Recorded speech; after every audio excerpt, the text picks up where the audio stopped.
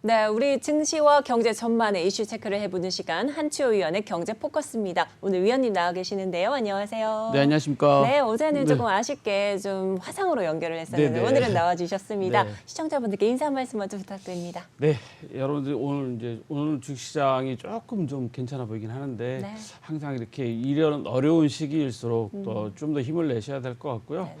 그 태풍이 지나가는 후에 지금 하늘이 엄청 맑습니다. 네. 이렇게 생각해 보시면 이렇게 어려운 시기가 지나고 나면 하늘이 맑아진다라는 생각도 좀 긍정적으로 하셨으면 좋을 것 같습니다. 네, 늘 좋은 말씀으로 시작해 주시는 위원님입니다. 자, 그러면 본격적으로 이야기 나눠보도록 하겠습니다. 첫 번째로 준비해 주신 소식이 이 오스템 임플란트의 주가가 오르락내리락 심상치 않다는 이야기인데요. 어떤 내용일까요?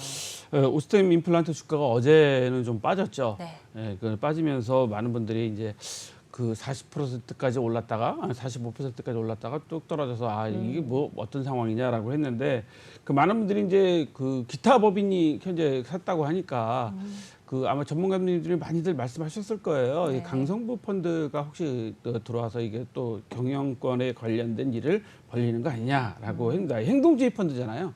행동주의 펀드 때 막 요구 사항이 많을 겁니다. 근데 오스템 임플란트 같은 경우는 지난번에 그 횡령 사건에 휘말려서 상당히 어려움도 겪었고 그럼에도 불구하고 다시 주가가 회복되고 있는 상태고 그 더군다나 이제 중국 시장을 잘 활용하고 있다는 것이 이제 아마 많은 분들이 오스템 임플란트의 그 주식을 선호하는 그런 상황이었을 것 같은데요. 만약에 강성부 펀드가 실제로 그 오스템 임플란트의 경영권을 위해서 또 행동주의 펀드로서의 주주이익을 대변하기 위해서 만약에 들어왔다 그러면 상당히 좀 의미가 있다라고 좀 생각됩니다. 의미가 있는 것은 뭐냐면 지금 오스템 임플란트가 아시다시피 그러니까 대주주 지분이 한 20% 정도 아마 그 정도뿐이 안 될 거예요. 20% 정도의 지분율을 갖고 있기 때문에 이 행동주의 펀드들은 주로 이제 대주주 지분이 좀 약한데 좀 경영권 확보를 하기 위한 그 지분이 좀 약한 데를 공격하는데 이게 대표적이게 그 우리 그 한진카를 강성펀드 KCGI가 공격을 했었단 말이죠. 2019년도, 2018년 말부터 2019년도 해서 최근까지 이제 강력하게 이제 경영권을 흔드는 그런 상황이 벌어졌었는데 그 당시에도 한진칼이 그 대주주 지분이 상당히 그 적은 상태여서 공격을 하기가 좀 유리했고 더군다나 그 소액 주주들 그러니까 주주 이익에 위반되는 행동들이 많았었기 때문에 상당히 공격적으로 할 수 있었다라는 것으로 해당됩니다. 그래서 좀 제가 이제 이것을 좀 말씀드린 이유는 자, 이제 오스템 임플란트 주가가 뭐 어제는 떨어졌는데 오늘은 제가 아직 확인을 못했습니다만 그 반면에 요 다음 지수를 보시면 네. 한진칼 아마 뉴스가 아마 올라와 있을 겁니다. 픽을 제가 그렇죠. 했을 겁니다. 한진칼 뉴스 같은 경우는 그 뭐 지금 저 기사 내용을 보면 6,600억이 뭐 물렸다. 뭐 얼마나 견딜까 뭐 이런 얘기 나오고 있는데 네네. 한진칼에도 지금 사실은 오스템 KCGI가 강력하게 그 주주 이익을 갖기 위해서 경영권을 참여하겠다. 그래서 당시에 반도 건설도 하고 같이 컨소시엄을 형성해서 공격을 했죠. 거기에 이제 조현아 그 부사장까지 같이 이제 그 합세를 하면서 강력한 공격을 하는 그런 상황에서 한진 그룹 자체에서 잘 방어를 했습니다. 여기에는 이제 당시에 갑자기 코로나 상황이 벌어지면서 아시아나항공하고 합병하는 문제가 되면서 그 산업은행이 10%의 지분을 들어오고 지원을 하게 되고 거기다가 대한항공하고 아주 수십 년간 그 혈맹 관계, 동맹 관계에 있는 델타항공이 들어오면서 그러니까 경영권을 방어를 했어요. 경영권을 방어를 하면서 이번에는 이제 반도가 주식을 다 팔고 나간 상태가 됐고 그 중에 일부를 이번에 호방건설이 또 사게 됐는데 지금 한진칼 주가가 6만 원대에서 이제 아마 들어온 걸로 지금 알려지고 있는데 지금 한진칼 주가가 오늘 현재로 41,000원, 42,000원대입니다. 네. 이 주가가 확 떨어진 이유, 그러니까 이 두 개를 비교해서 말씀드리려고 하는 이유가 지금 오스템 임플란트는 행동주의 펀드나 우리가 아직 확신은 안 가지만 많은 전문가분들이 행동주의 펀드가 들어오는 것 같다라고 하는 그러니까 경영권 분쟁이 시작되는 시작이겠죠. 부분에서 주가가 확 올랐고 한진칼은 경영권 분쟁이 시작되는 시기에 2019년도 초부터 그때는 최저가였다가 계속 주가가 올랐다가 지금 현재 그 6만 원대에서 이제 호반 반도건설이 다 정리하고 나간 그런 상태죠. 그런 상태에서 지금 이제 호반이 건설은 6만 원대에 들어왔다고 하는데 결국 지금 4만 원대로 빠졌단 말이죠. 이게 무슨 얘기냐? 경영권 분쟁이 안정이 되면 주가 확 빠지기 시작한다는 거죠. 경영권이 치열하게 이제 전쟁이 시작되면 주가가 막 뛰기 시작하는데 지분 확보를 위해서도 그렇고 지금은 이제 안정권으로 간다는 거죠. 그래서 지금 오스타미 임플란트 주식을 좀 우리도 좀 잘 눈여겨 보셔야 되는 부분 중에 하나가 주가가 많이 오르긴 했지만 좀 이게 사실 진짜로 행동주의 펀드가 들어오는 경영권 분쟁 상황이냐 아니면 정말 그 실적 그동안 그 몇 달 동안 그 거래 정지 됐었잖아요. 횡령 사건 때문에. 근데 몇천억 횡령 사건이 일어났는데도 회사는 끄떡없어요. 사실 이 정도 횡령 사건이면 회사가 이런 중견 기업들은 휘청거려야 되는데 휘청거리긴커녕 오히려 더 실적이 좋아서 흑자 상태란 말이죠.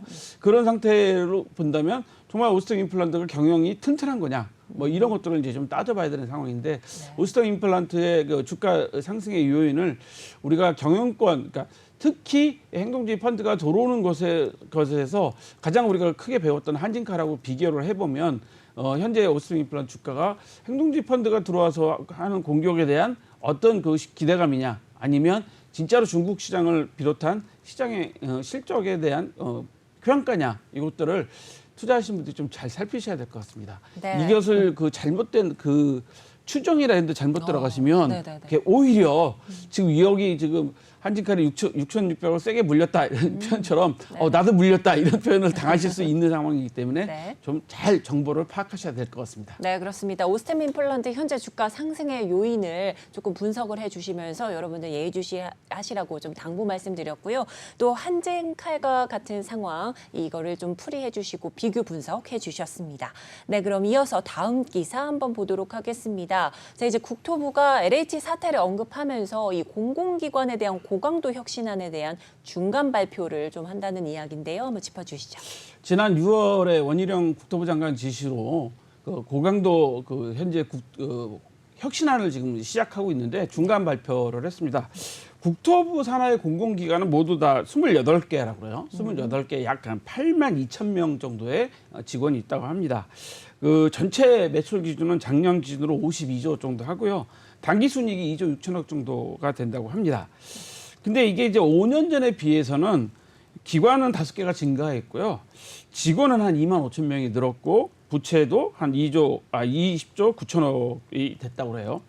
이제 보면 지난 LH 사태의 핵심이 뭐였죠? LH 직원들이 정보를 독점해서 가족을 이용하거나 본인들의 이름으로 투기 행위를 한 게 문제가 된 거잖아요.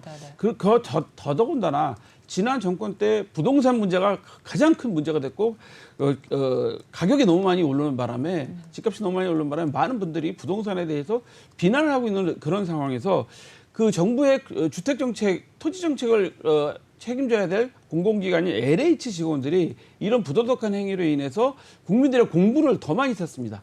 그러다 보니까 현재 국토부에서는 LH를 중심으로 공공기관 고강도 혁신안을 발표하고 있습니다. 그래서 제1번이 뭐냐면 정보 독점에 따른 부작용 차단을 하고요. 이권 형성이나 복무 기준을 강화하겠다. 그다음에 이제 행정 절차를 공정하고 투명하게 좀 개선해야 되겠다. 그다음에 공공기관 기능을 좀 재정립해야 되겠다는 거죠.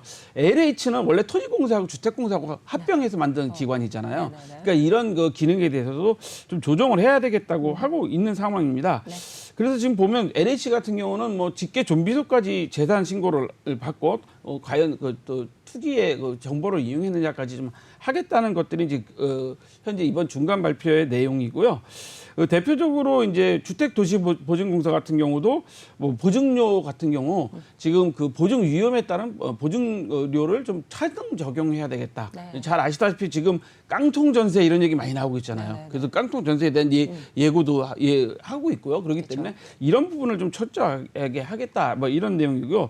도로공사 같은 경우는 휴게소 운영할 때 서비스 체계를 좀 점검하고 임대료가 너무 비싼 거 아니냐. 이것도 다시 한번 보겠다는 거죠. 네. 특히 잘 아시겠지만 고속도로 휴게소 이용하시면 여러분들 음식값이나 이 비용이 너무 터무니없이 좀 비싸다는 걸 많이 느끼실 겁니다. 네. 그러니까 이게 과연 소비자한테 비용이 전가되는 거 아니냐, 뭐 이런 것까지 더 살피겠다는 거고요.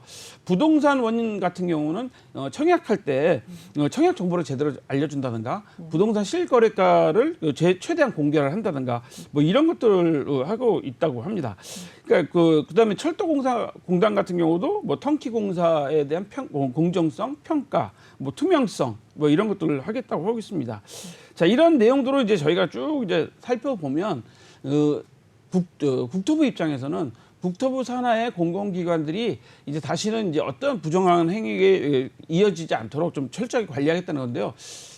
가만 살펴보시면 국토부 산하 공공기관은 국민 생활하고 다 직결되어 있는 그런 공공기관들입니다. 네네. 국민들이 바로 피부로 느낄 수 있는 거죠. 그쵸. 그러니까 뭐 주택이라든가 아니면 고속도로 휴게소라든가 아니면 그 도로라든가 그다음에 그 잘 아시는 그 철도라든가 뭐 이런 것들이 다 그 국토부 산하에 있는 그 공공기관들이기 때문에 바로 피부로 느껴지는 것들이기 때문에 더 적극적으로 나서는 것 같습니다. 여러분들 우리가 다 국민들이 이런 부분들을 철저하게 좀 감시를 하셔야 될 것 같아서 두 번째 뉴스픽으로 올려봤습니다. 네, 그렇습니다. 이제 국토부가 공공기관 혁신안에 대한 중간 발표를 했는데요. 자세하게 짚어주셨고요. 지난 투기 행위를 했던 LH 사태를 언급하면서 고강도 혁신안을 내놓은 것으로 풀이를 해주셨습니다. 자, 이어서 보도록 하겠습니다. 이제 중국 정부의 규제에 항공권이 폭등을 했다는 이야기입니다. 어떤 내용일까요? 지금 일본 정부가 7일부터 그 하루 입국객 인원을 2만 명에서 5만 명으로 상향을 시켰어요. 발표를 네네네. 했습니다. 그리고 개별 여행은 안 되지만 그 패키지 여행에 가이드가 없는 건 가능하다. 그 패키지 여행에 가이드가 없다는 것은 무슨 얘기죠? 혼자서 그냥 돌아다녀도 된다는 거예요. 그렇죠. 호텔하고 항공권만 여행사를 통해서 하면 된다는 얘기인데 중국 같은 경우는 너무 규제가 심해서 지금 항공권이 폭등하고 있다고 합니다. 그 베이징 같은 경우는 인천에서 베이징이 한 50만 원 정도 했는데 지금 네. 400만 원에도 팔리고 있고요.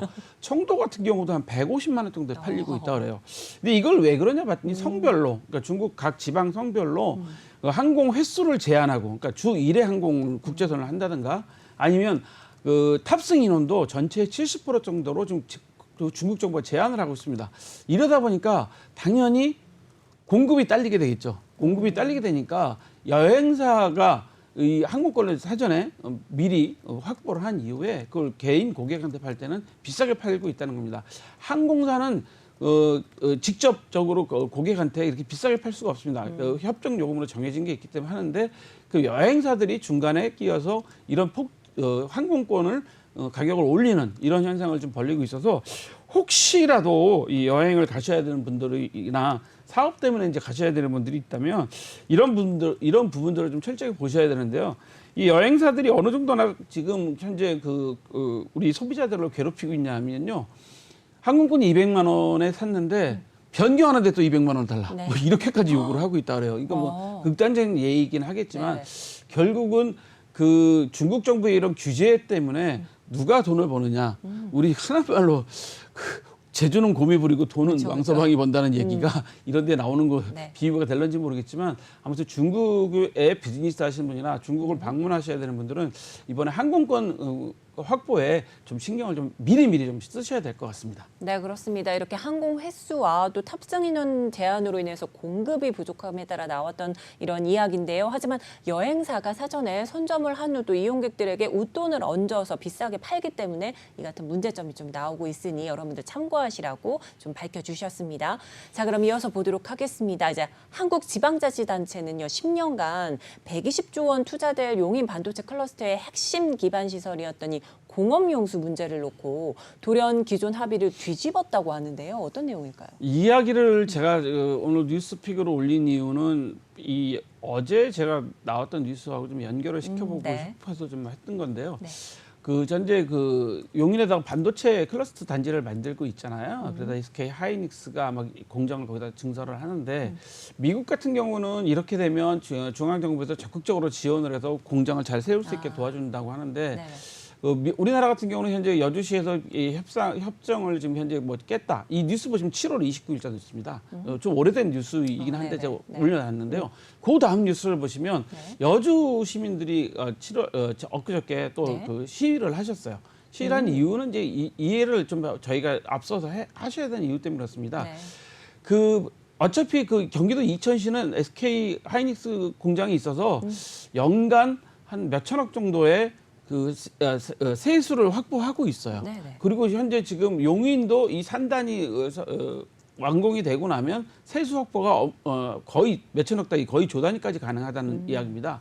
근데 여주시 같은 경우는 용인 이 산단에 취수 시설도 여주에다 하고, 왜냐하면 그 여주보가 있기 때문에 그 상류 쪽에다 아마 하는 것 같아요. 거기서 취수를 하면서 취수 관로를 쭉 깔아가지고 이제 용인까지 가는 그런 걸로인데 여기는 반드시 여주를 거쳐가야 되기 때문에 그 허가는 지자체에서 내주게 돼 있거든요. 그러다 보니까 이제 여주에서 이번에 반발이 심해지는 거죠. 왜 심해지냐 보면 여주 같은 경우는 지금 공장이 없어요. 왜냐하면 여주 같은 경우는 그 한강 그 수질 보호 구역 때문에 아무것도 세울 수가 없는 그런 데이기 때문에 이분들 말씀도 우리가 좀 들어드려야 되는 게 그런 것 때문에 발전을 못하고 아무것도 혜택을 보지 못했다는 거죠. 그렇죠. 그런데 불구하고 본인들은 이 물길 놔주는 거 이런 거 다 본인들이 희생을 해가면서 정부에서는 계속 규제를 하고 있다 보니까 도시 발전이 없는 거죠. 그러니까 인구가 줄어들게 되고 여러 가지 어려운 점이 있는 거예요. 그래서 여주 분들이 이렇게 반발이 심한 겁니다. 그래서 이 부분은 정부나 SK 이번에 용인 산단과 관련된 부분들이 여주와 뭔가 상생할 수 있는 방안을 빨리 마련해 주고 합의를 하는 게 좀 맞는 것 같습니다. 제가 왜 어제 그저께 뉴스 중에 저희 전광훈 목사 장위동 사랑제 예교인가요? 거기 보상금 나온 게 초기에는 85억 감정가인데 법원에서 150억을 받으라고 했는데 이번에 500억으로 합의를 봤다는 거예요. 그게 이제 말씀을 왜 드리냐면 결코 어느 집단을 이제 옹호하는 게 아니라 교회 같은 경우는 사실 85억, 150억 갖고 현재 있는 정도의 교회를 못 지어요. 서울 시내에서. 못 짓게 되니까 이제 그런 반발이 심해진 것이가 되는 거고요. 여주도 마찬가지잖아요. 여주분들이 그동안 수십 년간 한강 수질 보호 때문에 아무것도 못 하셨는데 이번에는 또 산단에 물대라고 물길 다 허가 내라고 그러고 본인들 있는 데서 취소해가고 하게 되면 이분들도 환경보호 차원이나 여러 가지 또 문제점들이 발생하잖아요. 이런 비슷한 사례가 이번에 대구하고 구미시하고 취소한 싸움 때문에 홍준표 시장하고 구미시장하고 엄청 지금 대립하고 있어서 아예 안동 때문에 취소를 옮기겠다 이러고 있잖아요. 이런 것들은 서로 간에 상생할 수 있는 방안을 중앙정부에서 갈등 해소 차원에서 만들어 주셨으면 좋겠다. 그래서 어느 특정 부분만 우리가 비난할 수 없다라는 좀 객관적으로 보자는 뜻에서 뉴스를 올려봤습니다. 네, 그렇습니다. 여주시 관련된 이슈도 이렇게 체크해 주셨습니다. 자, 오늘도 도움 말씀해 주신 한시호 의원님 감사드립니다.